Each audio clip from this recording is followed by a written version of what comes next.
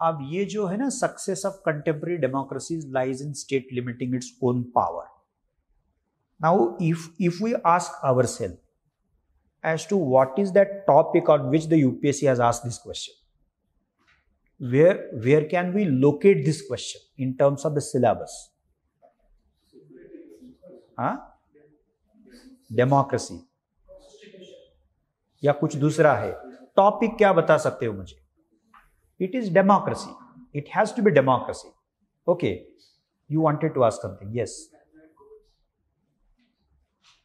What? Quotations. Yes, that has to be part and parcel of answer. But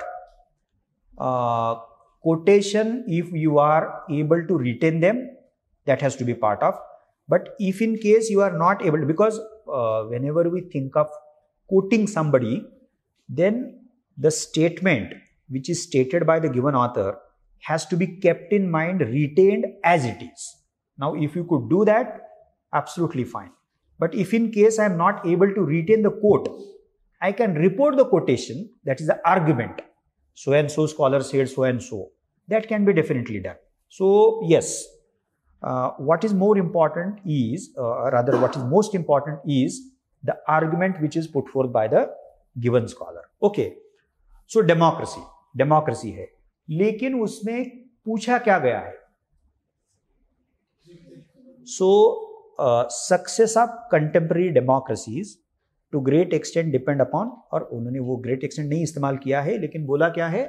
lies in state limiting its own power. अब मैं कहूंगा ये 5th standard का सवाल था. Civics जब हम पढ़ना शुरू करते हैं, 5th and 6th स्टैंडर्ड का, ये एनसीईआरटी बेस्ड सवाल है. If you want to make it further simple, मैं कहूंगा ये पॉल साइंस का सीसैट है, क्योंकि उसमें आपको you are not expected to study anything. This is something which we develop while studying Paul science, okay, as fundamentals of one's own understanding. Okay, so one is the democracy, and उसका ही हिस्सा करके उन्होंने ये पूछा है कि success of democracy depends upon the ability of the state to limit itself.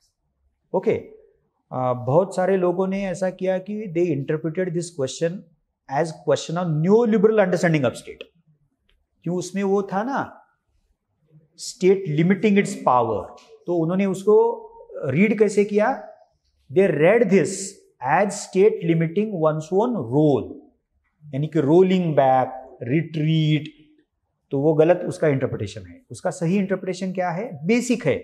ये हमें लगता है कि नहीं, इतना बेसिक कैसे यूपीएससी पूछ सकता है, but this has been the खासियत of UPSC. You don't worry about that. So UPSC या ऐसा कोई भी बोलिए उसको, इसीलिए मैंने कहा कि ये सिविक्स जैसा सवाल है, ये बेसिक अंडरस्टैंडिंग है, ये logic rational of political science है, और उसमें कोई रॉकेट साइंस नहीं है. Okay, you shouldn't be worried about that. और ये होगा हर साल, ऐसे 1 या 2 क्वेश्चंस आएंगे ही आएंगे, सवाल आएंगे उसके. ओके, अब ये नीचे वाला तो बहुत ही सिंपल पार्ट ऑफ आंसर है, लेकिन इंट्रोडक्शन जो है वो मैं आपको पढ़ के एक्सप्लेन करने वाला हूं, क्योंकि ऐसे क्वेश्चन में, यानी कि आंसर में, how you introduce your answer becomes much more important than the content of the answer itself. Okay, आप बोलेंगे ये कैसे पॉसिबल है? कंटेंट बिना लिखे ऐसे कैसे हो सकता है ना? तो you just look at that. Contemporary democracies are predominantly liberal democracies and are defined theoretically as rule of the people, by the people, and for the people. Okay, as pointed out by G. Sartori, The Theory of Democracy Revisited, democracy is one in which no one enjoys unconditional and unlimited power. The purpose for which we have brought in Sartori is his core argument. और core argument शुरू कैसे होता है? देखिए क्या बोलता है वो. No one enjoys unconditional, unlimited power. This is how Sartori defines democracy, by focusing on the way in which power is distributed in a democratic setup. Okay, इसीलिए उसको लाया हमने. The difference between, look at the next sentence, the difference between democracy and its opposite, okay, lay precisely in the fact that in a democracy, power is scattered, limited, controlled and exercised in rotation. ये sentence काफी है examiner को ये समझने के लिए कि candidate को क्वेश्चन में लिखना क्या है पता चला है. You got it? So this statement also comes from Sartori. Okay. और कंक्लूजन देखिए मैंने क्या किया, इंट्रोडक्शन का कंक्लूजन भी किया है. Should I read it once again?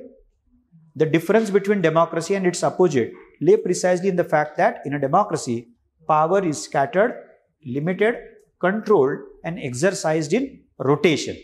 Therefore, look at that. The success of democracy therefore depends upon the nature and implementation of what mechanism? Institutional mechanism which provides for the distribution of power among multiple structures and actors. Okay. The modern democracies across the world have adopted the following instruments. आपको लगेगा कि ये तो civics जैसा ही है. So what is the first instrument which is adopted by democracies? Constitutionalism. Okay, उसको हमने briefly उसको define किया है, scholar का नाम भी दिया है. दूसरा है scheme of separation of power. कहीं पे presidential है, कहीं पे parliamentary है, कहीं पे उसका combination हो सकता है. Whenever we think of scheme of separation of power, it is usually taken as horizontal separation of power. Therefore, we have made a separate mention of, specific mention of the third one, that is a federal, that is a vertical. Okay, so this is another mechanism which is adopted by modern democracies to limit power. So जैसे हम separation of power horizontally करते हैं, वैसे vertically है. इसमें Canada, Australia, Africa, these are the examples we have brought in. Independent judiciary, another very important instrumentality. That is how a state's power is limited. Okay, उसमें भी example दिया है, उसको नहीं भूलना है. ये चीज है ना वो, नहीं तो हम ठीक है. और क्या एंड ऑफ द स्टोरी ऐसा लगता है आपको. Rights are very very important. The instrumentality of right. और राइट्स लिखते वक्त हमने क्या किया है, individual as well as the minority rights. Okay, उसमें स्टीवन लेविस्की का बहुत ही इंपॉर्टेंट स्टेटमेंट है, वो बाद में पढ़िए, मैं ये नहीं करता हूं मैं आपको. उसमें कॉन्स्टिट्यूशनल डेमोक्रेसी का रेफरेंस है. Then independent authorities. Now America is known for independent regulatory authorities, but which are not provided for in the constitution. But if you look at Indian case, then we have constitutional autonomous independent authorities. तो ये भी आना चाहिए ना उसमें.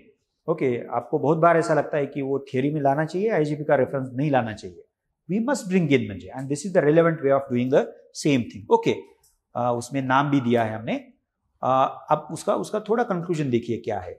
These bodies operate independently outside the control of the governmental branches and create an additional site of power which is very important and serve the purpose of limiting a democratic state. क्योंकि हर एक point का concluding जो part of the sentence होगा, concluding sentence या concluding part of the sentence होगा, वो उसको रिलेट करना है. क्योंकि किस बारे में लिख रहे हैं हम, we are writing about how states limit power. Okay, और ये उसको नहीं भूलना है, नहीं तो हमारा बुकिश आंसर हो जाएगा.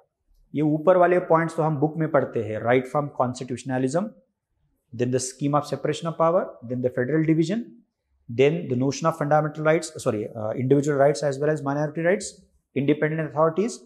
अब सोसाइटी के बारे में कौन बोलेगा, सिविल सोसाइटी के बारे में. And we know for sure that for example आपने डेमोक्रेसी का अगर चैप्टर पढ़ा है तो एलेक्सी डी टॉकविल, ओके, उसका अगर आप एनालिसिस देखोगे तो उन्होंने ये एक्सप्लेन करने का प्रयास किया है कि why democracy took roots in America and how could it sustain in America. और उनने जो भी कुछ उसके कारण बताए हैं, तो एक कारण उसका है the democratic mores, the culture, so on and so forth, and civil society becomes very very important.